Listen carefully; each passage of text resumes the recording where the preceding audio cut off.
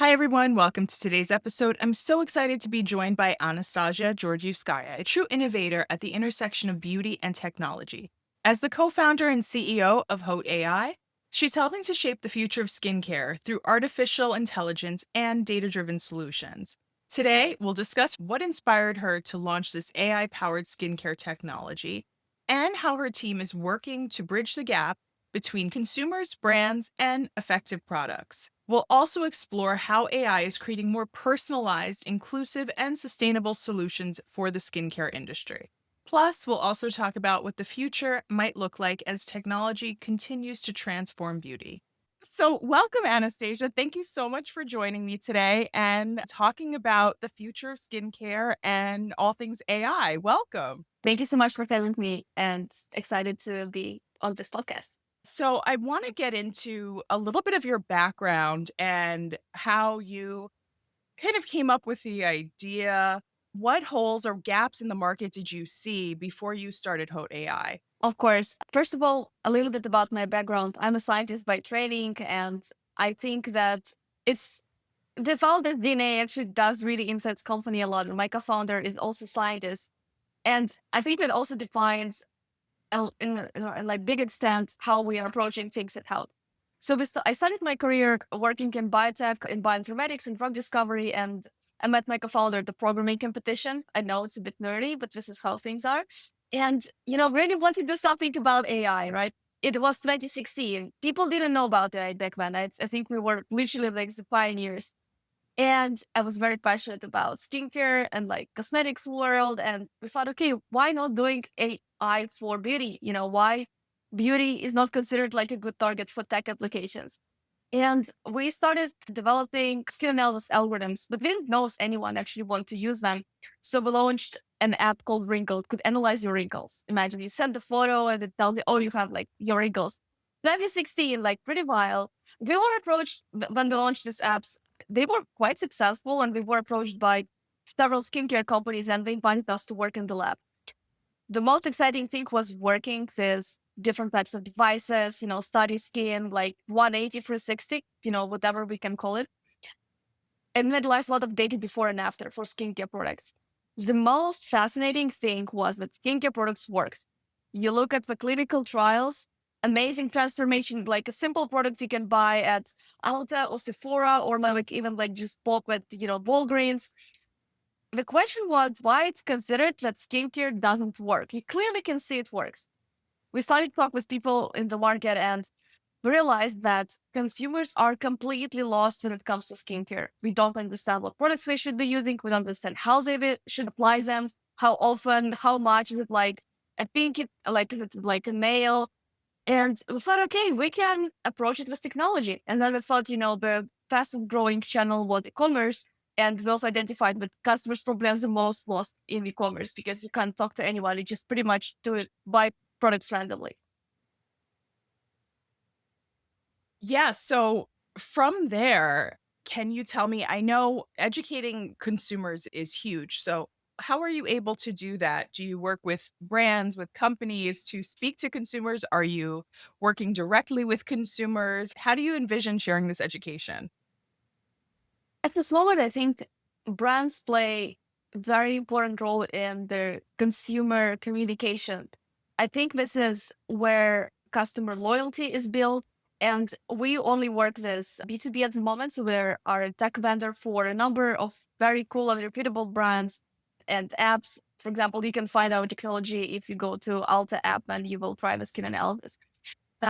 We essentially help brands identify their unique skin profile of every consumer and deliver personalized recommendations in the form of conversations or in the form of skin analysis, which is very engaging, hyper personalized. And also, we can take into account all the different biomarkers of skin and additional data such as preferences, what location you live in, what's the pollution there, what's like sun exposure. So instead of trying to fit one solution for everyone, really allow a brand to give exactly what the consumer needs and under 10 seconds. So I think it's like unprecedented speed and unprecedented quality of what you get opposed to just choosing a product that maybe you heard about from an influencer, but doesn't mean it's really good for you.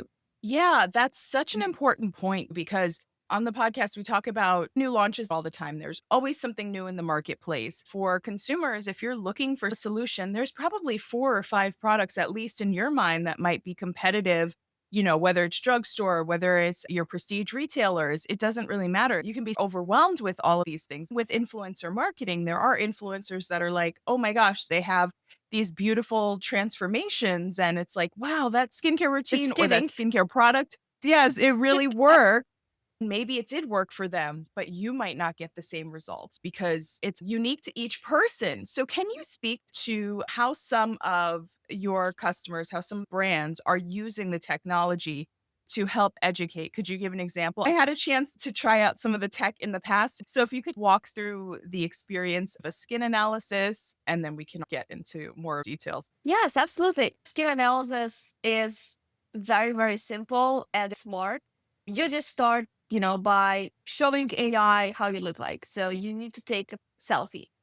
And this selfie is not a typical one that you would post to Instagram and TikTok because it is a selfie where we need to see everything about your skin. We have a smart assistant. It's called Live Image Quality Assurance, very serious technology, which essentially guides the consumer how to make a perfect selfie, perfect for skin analysis. Your face is well visible, well lit, we can see every pore, every wrinkle.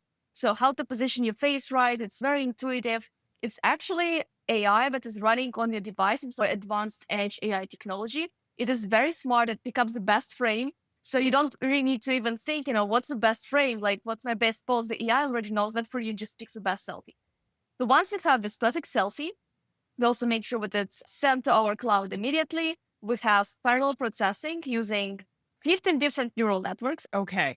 So basically, you get all of that information, but it's as simple as taking a selfie and it does all of the analysis within seconds. And you also get, based on your skin analysis, product ingredient suggestions or product suggestions that will help to improve the quality and appearance of your skin. And also, you get a visualization of that. In just how do you think the industry shift towards more sustainability and also inclusion in terms of products, but also effective skincare lines? What do you think your company's role in that is? I think that the question of AI and sustainability is actually mm, quite complicated one, right? Because AI utilizes a lot of energy, and at the same time, we know that consumers want sustainable products, and brands need to deliver these products for consumers.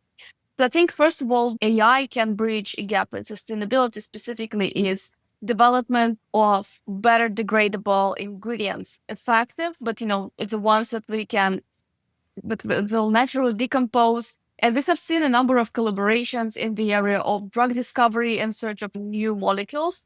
And in that sense, we can develop more sustainable products. So the core of the beauty industry, product development, is now powered by this AI for better formulations. At the same time, I think that AI can also help solve a lot of logistics, find the gaps in the imperfections in the supply chain, which also will have a positive impact on sustainability. I think what we could also offer is encouraging to, shop more locally. And I think that, this AI smart agents can also enable consumers, to find the options that are, local. So it's also essentially better for the planet. When it comes to inclusivity, here I think AI is crucial because even if you think about skin analysis, if you think 8 years back, a lot of brands for melanin rich skin didn't have any skin analysis at all. Why didn't they have skin analysis? Because consumers, they tried technology back then. It didn't work for melanin rich skin and skin of color. And they just didn't want to try it again because they knew it didn't work for them. So what happened after is new advanced technologies were introduced, including generative AI, that helped bridge the gap in algorithm development by using synthetic data. Brands managed to collect more data about melanin-rich skin and develop better systems. So now AI helps develop sustainable algorithms in a way that are inclusive and they perform equally well on different skin tones. And I think this is extremely important because we don't want technologies that don't work for everyone, because it's very disappointing that, in fact, technology is not operationable in practice, because absolutely no one wants a bad technology that only works on small group population. Generally, I think what's the big role of AI is democratizing access to baseline baseline level of knowledge. And skincare is not an exception, because now we all can go to ChatGPT and ask it about fundamentals, ingredients, cleaning your skin, wearing an SPF. And even though it thinks, oh my God, it's so obvious, why do we even have to go ask ChatGPT about that? For many people, that's not obvious, right? So now everyone can level up on any topic. And I think it's important to you can build a solid base just by using AI. And in that sense, I think it's such a big shift. I think it's amazing to witness how technology develops faster and faster right now. Finding specialized applications such as technology for beauty, or like for drug discovery, or for developing better formulations, or solving complex supply chain problems. So I have really good hope in impact of technology and AI in particular for the beauty industry, among others.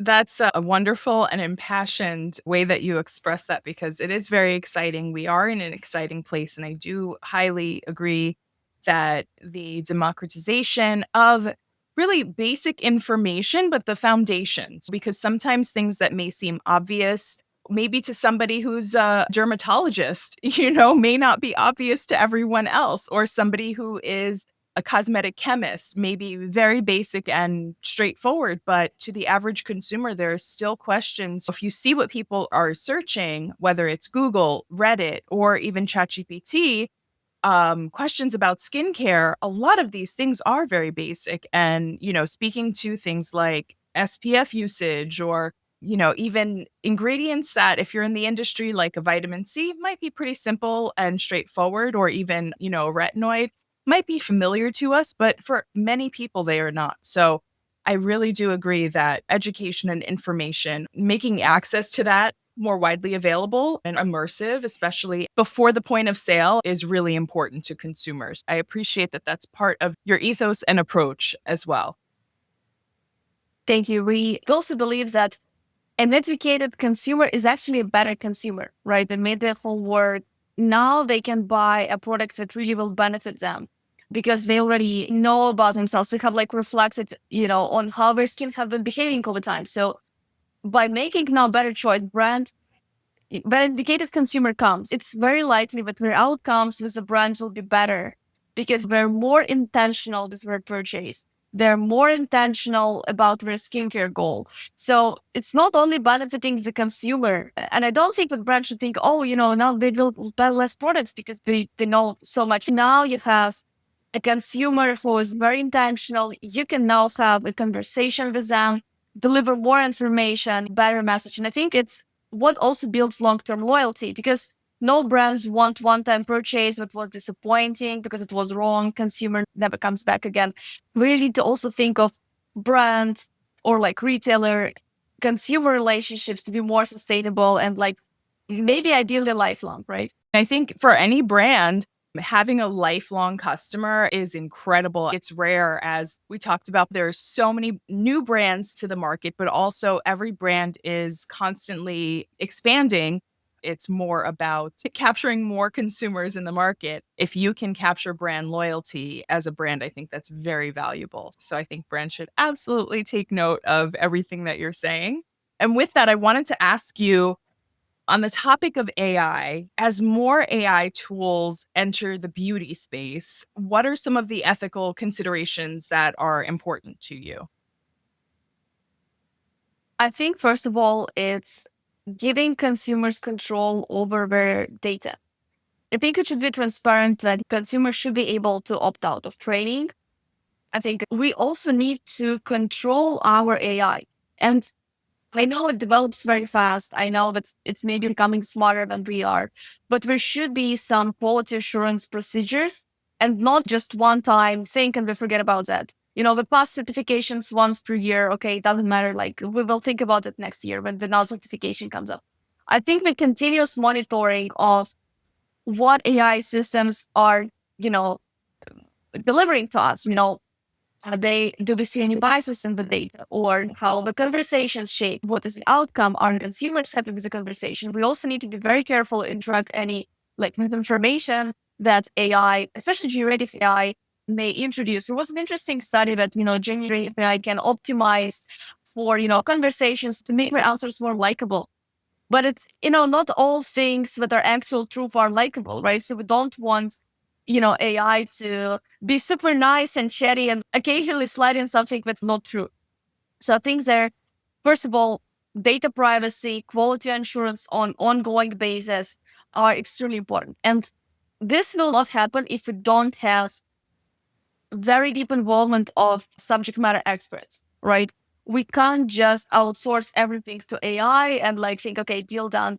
Technology partners and brands should actually take the ownership of these projects to essentially ensure that the quality is not diluted over time and really kind of make it a part of standard operation procedure, but the AI systems are monitored on the ongoing basis. With that in mind, what do you think is the ideal balance of tech, but also human expertise in skincare? What do you think that looks like?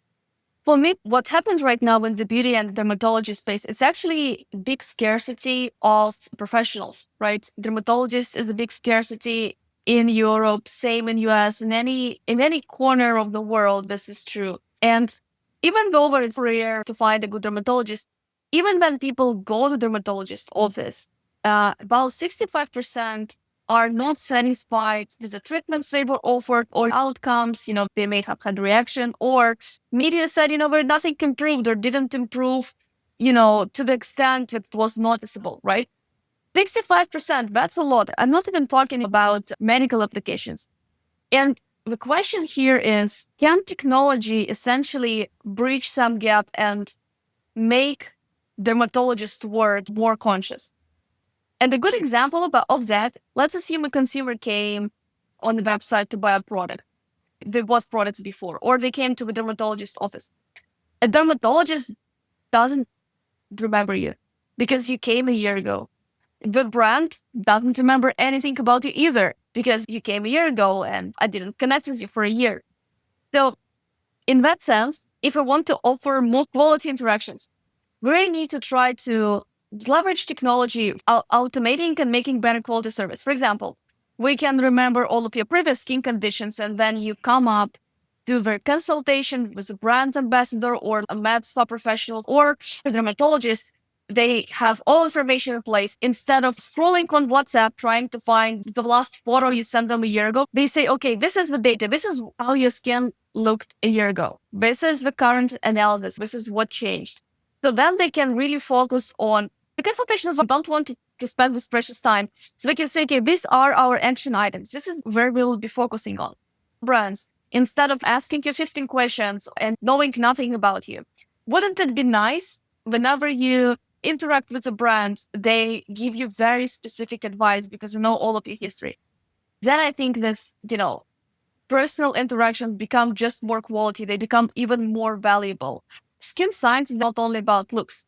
To a big extent, it's also about consumer perception of themselves and how they think others perceive them. So I think you can't just take the human component out of the equation of beauty and wellness. So I think that AI will actually help make human relationships even more valuable because we can free up time for in-person interactions. Oh, I love that. I love all of that. That's so great. So let's talk about the future. We're already going there. Very fast. Yeah, very, very quickly. How do you see beauty evolving in the next 5 to 10 years with tools like Skin GPT or Deep Care? How do you see the evolution happening? Or are there any other things that you might be able to predict? Yeah, I think with definitely beauty will be more tech driven. And I think beauty is an amazing industry because it's very creative. It's not as conservative as some other industries. So I think there's a big opportunity for beauty to be transformed. I have two predictions. I think, first of all, the way we shop for skincare products and for wellness broadly will change because a lot of e-commerce websites haven't changed really 20, 30 years. So it's just a catalog. It's hard to navigate sometimes, searching irrelevant or you get 600 products, it doesn't really narrow down your options. And you're like, okay, it's just a lot. So there should be a better way to, just the very ritual of shopping, I think, will be transformed and disrupted by technologies. Second topic, we see that many companies in beauty space move in their wellness and longevity spaces. The understanding that beauty is holistic and we need to take holistic approach to our beauty by also implementing proper nutrition or stress management, training and physical activity. So I think that we will see more and more products that will be essentially wellness and longevity products, but they will be coming from beauty companies. They already have the audience. They already know insights about audience thanks to their advanced AI tools, including House, among others. So that actually puts them in a very good position to develop new products for wellness and longevity, but also different services. So consumers right now, Gen Z, are very open to paying for services, right? So they are open to treating themselves, and not only with the products, just, having some nice spa, or, maybe like, imagine what I would really love, and where it comes up, please, the company that does it should invite me to their launch. Wouldn't it be nice to have like a weekend, let's say Saturday, which will be longevity Saturday? You go to like a nice spa and you have like different longevity procedures, like in one place, and like skin rejuvenation, like some meditation, like some breath work, right? So you can really rejuvenate and set yourself for a great day, right? I think we will see more of that. And you will have a full body scan, like with the advanced skin analysis, hair analysis, and body analysis. Everything will be personalized. Maybe it sounds quite futuristic right now, but I think in about 5 to 7 years from now, it will become the new normal. And if you go to a spa and they don't offer you this one day of longevity beauty retreat, you will think, okay, it's some weird spa. Probably I will not go there anymore. I absolutely love that idea. We're seeing more in the wellness space, whether it's recovery for athletes, hair analysis, skin and rejuvenation services like at med spas, but those are all segmented right now. I see the vision for something more comprehensive, setting up a space for all of those services and analysis done on one day. I think that would be quite incredible. I'm signing up with you. You can be number one. I'll be right behind you on the list. I'm number two. Let's go. Ready? That's a deal. Okay. So, with that, we're talking a lot about the future of skincare, the integration of technology. But I want to ask you, Anastasia, what is your skincare routine? Oh, I love that question. So, first of all, my routine is very consistent, non negotiable, 2 times per day. I will always take the time for my skincare routine no matter what. I think I didn't miss any, maybe I missed once evening routine because I was very tired, but it was once in a year. So, my routine starts with a cleanser. I'm using non foam cleanser with vitamin C. Then I usually would go with some different types of serum. For targeted treatments, I have separate serum for eyes. And now trying the Project Skin by De La Chic. I will see how it will play out. The eye creams, and I will usually in the morning also go for some additional moisturizing serum, and then I will finish it with a moisturizer and SPF cream. And I also now started using like a separate cream for the neck, so it will help to see some improvements. In the evening, I really like to, make more of exfoliation. I will again clean my skins, and I will use some acid toner like BHA, EHA, just, to kind of properly exfoliate and help my skin rejuvenate. Then I will also go visit like additional like targeted serum, moisturizing serum, and a cream. On some days, I actually will replace my BHA toner with retinol. And once per week, I will always make like everything shower, and I will make a mask, and I will go to sauna, like just little me time. So again, my skincare routine is like not crazy, just very consistent. I'm committed to doing it every day. And I encourage everyone to do the same.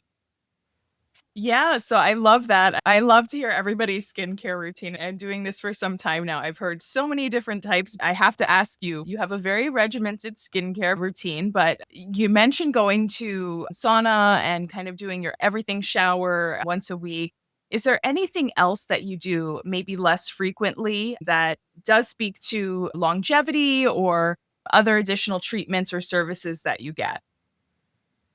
At least once a quarter, I try to go to like get a proper facial, like with everything, with like radio frequency, like LED, like extraction, like proper like makeup peeling once in a while. Like, their skin, you're shedding like a snake and then you look like a baby. So I think that's a good way, which is like minimally invasive. I would like also prioritize being out in the sun, right? Breathing with fresh air, making sure you have enough oxygen in your blood. I'm also very consistent with my sleep. I like get at least 7.5 hours per sleep average on annual basis. So I think that also like my longevity investments. I'm actually now thinking of upgrading my in-office procedures with some lasers. So I'm suffering from rosacea, so treating rosacea, and I'm looking at different devices. I haven't really picked one that I really really like, but I'm on a search of some good device because I think that can also elevate your skincare game. Yes. A huge thank you to you, Anastasia, for joining us today and giving us a peek into what's possible when it comes to science, technology, and skincare and what happens when they all come together. So, I'm going to share all of your links and how people can connect with you in the show notes of this episode. But I just wanted to say thank you so much for joining us today.